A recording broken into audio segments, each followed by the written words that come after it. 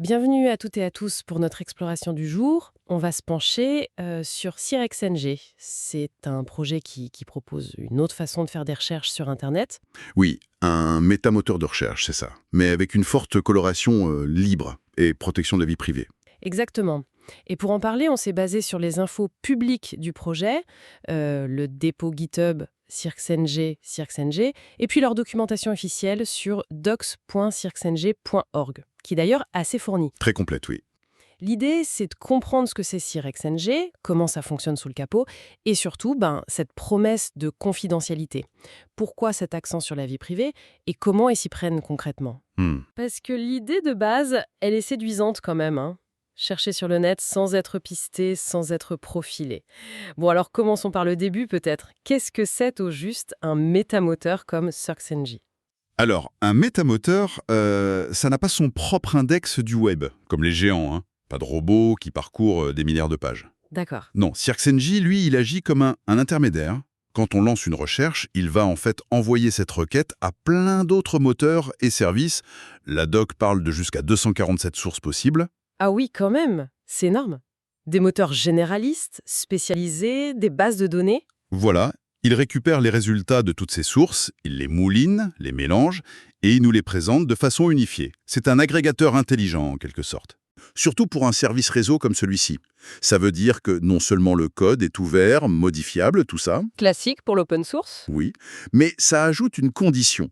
Si quelqu'un modifie CIRXNG et le rend accessible publiquement sur un serveur, il doit aussi rendre ces modifications accessibles.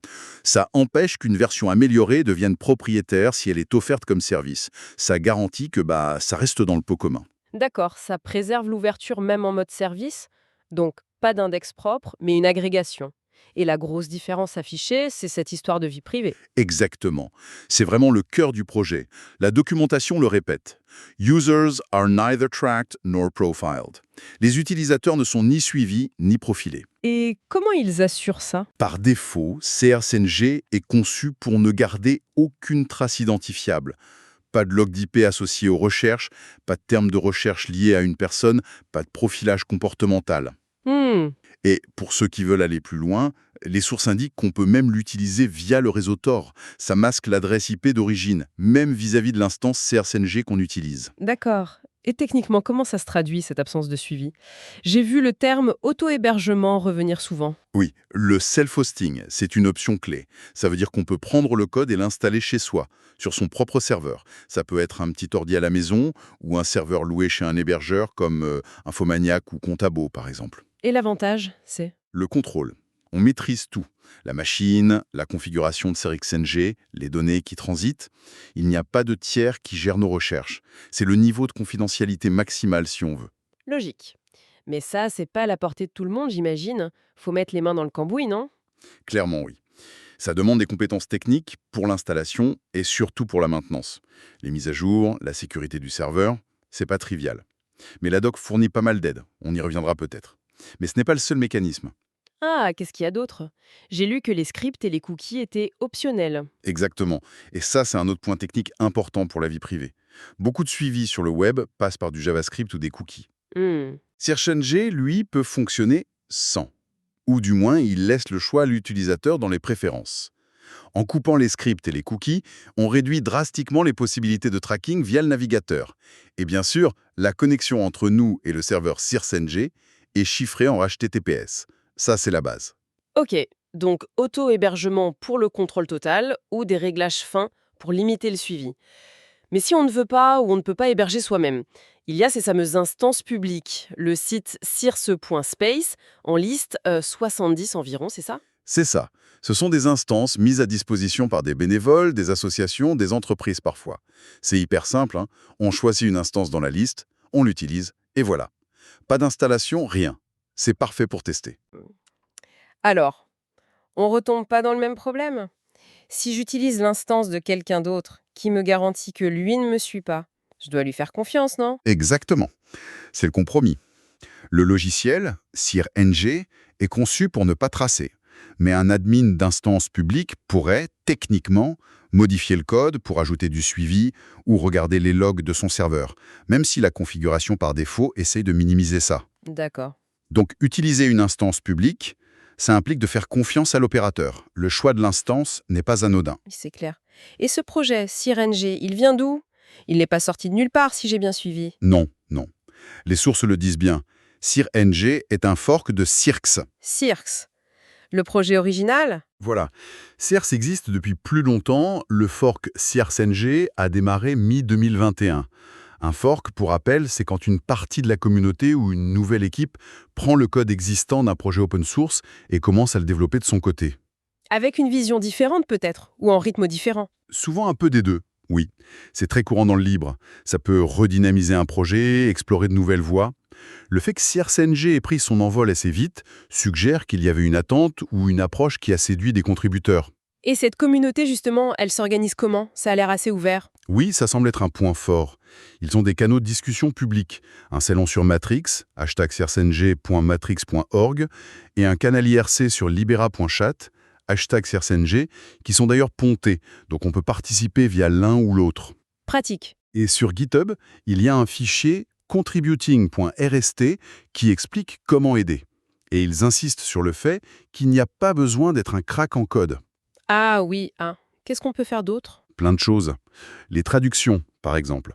La doc dit que CIRCNG est dispo en 58 langues. C'est énorme. Ça montre un vrai effort d'accessibilité. C'est vrai. On peut aussi remonter des bugs de façon claire et détaillée, proposer des améliorations, discuter des fonctionnalités. Et bien sûr, coder. Le nombre de contributeurs sur GitHub, plus de 270, ça montre qu'il y a du monde qui participe. Et quand on regarde les langages utilisés sur GitHub, on voit Python à plus de 80%, puis du Shell, HTML, Less, un peu de TypeScript. Ça nous apprend quelque chose. Python, c'est un choix assez logique pour une application web comme ça. C'est réputé lisible, l'écosystème est riche, ça peut faciliter l'accueil de nouveaux développeurs. Le reste, HTML, Less, TypeScript, c'est pour l'interface web, le front-end. Ok. Ce qui est intéressant aussi, c'est que la doc mentionne des pratiques de développement assez structurées. Intégration continue, CI, assurance qualité, QI, test automatisé. Ça donne une impression de sérieux, de volonté de faire un logiciel stable et de qualité, malgré la nature distribuée de la communauté. D'accord. Donc, pour utiliser CIRCNG, récapitulons. Soit on prend une instance publique sur cersk.space, soit on installe sa propre instance. Et si on choisit l'installation perso, comment on s'y prend? C'est là que ça devient technique, non? Oui, un peu, mais la documentation semble vraiment bien faite sur ce point. Elle propose plusieurs chemins selon le niveau technique et l'environnement. Quoi, par exemple? Il y a un script d'installation automatique pour certaines distributions Linux, ça peut simplifier les choses. Il y a aussi des images Docker toutes prêtes. Si on est à l'aise avec Docker, c'est souvent le plus simple pour déployer. Docker, c'est populaire pour ça. Et sinon, il y a les guides d'installation manuels, pas à pas. C'est plus long, mais ça permet de tout maîtriser et de s'adapter à des configurations spécifiques. Et une fois que c'est installé, il faut un serveur web pour le faire tourner, j'imagine. J'ai vu passer des noms comme NGINX, Apache, mais aussi UWSJ et même un certain Granion. Exactement. CIRCNG est une application web. Elle a besoin d'un serveur HTTP devant elle. Souvent, on met NGINX ou Apache en reverse proxy. Ils gèrent les connexions des utilisateurs, le HTTPS, etc. Et ils transmettent les requêtes à CIRCNG qui tournent avec un serveur d'application Python comme UWSJ ou Gunicorn. D'accord, c'est classique comme architecture. Oui. Et Granian s'est mentionné comme une alternative plus récente, écrite en Rust, qui pourrait être plus performante. Le fait d'avoir des guides pour tout ça, ça montre qu'ils essaient de faciliter l'intégration pour les admin systèmes. Cette documentation, décidément, elle a l'air très complète. Pas juste pour l'installation, hein. Ah oui, elle est vraiment riche. Quand on navigue sur doc.cercix.ung, on voit bien la structure. Une partie pour les utilisateurs, syntaxe de recherche avancée, préférences, une partie pour les administrateurs, configurer le fichier settings.yml, gérer les thèmes, les logs, les quotas, et une partie pour les développeurs, comment ajouter un moteur, créer des plugins, des answers. Tiens, des answers, c'est quoi ça? D'après ce que j'ai compris de la doc, ce sont des petits modules qui essayent de donner une réponse directe à une question, au lieu de juste lister des liens. Ah, un peu comme les encadrés qu'on voit parfois sur Google ou DuckDuckGo. Genre la météo, un calcul, une définition. Exactement ce genre de choses. Ça permet d'avoir l'info plus vite. Le fait qu'ils aient prévu un système pour ça, et pour des plugins aussi, ça montre une certaine ambition fonctionnelle. Oui, ça donne une idée de la maturité du projet. Une bonne doc, c'est souvent bon signe dans l'open source. Tout à fait. Ça montre qu'on pense à ceux qui vont utiliser, administrer ou contribuer au logiciel. Ça inspire confiance. Et la doc révèle d'autres aspects techniques intéressants. Comme quoi, par exemple? Des détails sur comment il gère les contributions au code, les commits Git, les changelogs, ce qui est important pour un projet collaboratif. Il y a aussi des systèmes de détection de bots pour éviter que les instances publiques se fassent surcharger par des requêtes automatisées abusives. Logique. Et j'ai vu des histoires de cache aussi, avec ValkeDB ou SQLite. Ça sert à quoi? Ah, le cache, c'est fondamental pour un métamoteur. Comme SearchNG doit interroger plein d'autres services à chaque fois, ça peut être lent. Oui, j'imagine. Donc, il utilise un système de cache pour garder en mémoire temporairement les résultats des recherches récentes ou les réponses des moteurs externes. ValkeDB, c'est un système en mémoire très rapide, un fork de Redis en fait. SQLite, c'est une base de données fichiers. Donc si quelqu'un fait la même recherche peu après, Exactement. CRCNJ peut servir la réponse depuis le cache, c'est quasi instantané et ça soulage les moteurs externes. Ça améliore la performance et la réactivité. Il y a aussi tout un système de configuration assez souple via le fichier settings.yml qu'on évoquait. Bref, plein de petits détails techniques sous le capot qui rendent l'ensemble robuste et efficace. bon, on a fait un bon tour, je crois. Si on devait résumer l'essentiel, CRSNG, c'est une alternative pour chercher sur le web, avec la vie privée comme étendard. C'est ça. Un métamoteur, donc il agrège des résultats venus d'ailleurs, sans nous profiler. C'est open source, ça vit grâce à sa communauté, et on a le choix, utiliser une instance publique facilement ou bien héberger soi-même pour un contrôle maximal. Voilà, c'est une bonne synthèse. Et ça pose la question de la place de ce genre d'outils aujourd'hui, non? Dans un paysage dominé par quelques acteurs dont le business model repose sur nos données. C'est vrai. SearchNG propose une autre philosophie. Faire la même chose, trouver de l'info, mais sans cette contrepartie de surveillance. C'est redonner un peu de contrôle à l'utilisateur, une forme d'émancipation numérique peut-être. C'est une perspective intéressante? Et ça ouvre une réflexion plus large pour finir. Imaginez un web où des outils comme SearchNG, qui mettent la confidentialité au premier plan et qui sont peut-être plus décentralisés, gagneraient vraiment en popularité.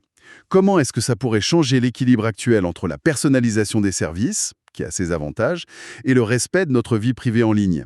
C'est une vaste question qui va au-delà de SearchNG. Une question à méditer. Merci beaucoup pour cet éclairage détaillé. Merci à vous.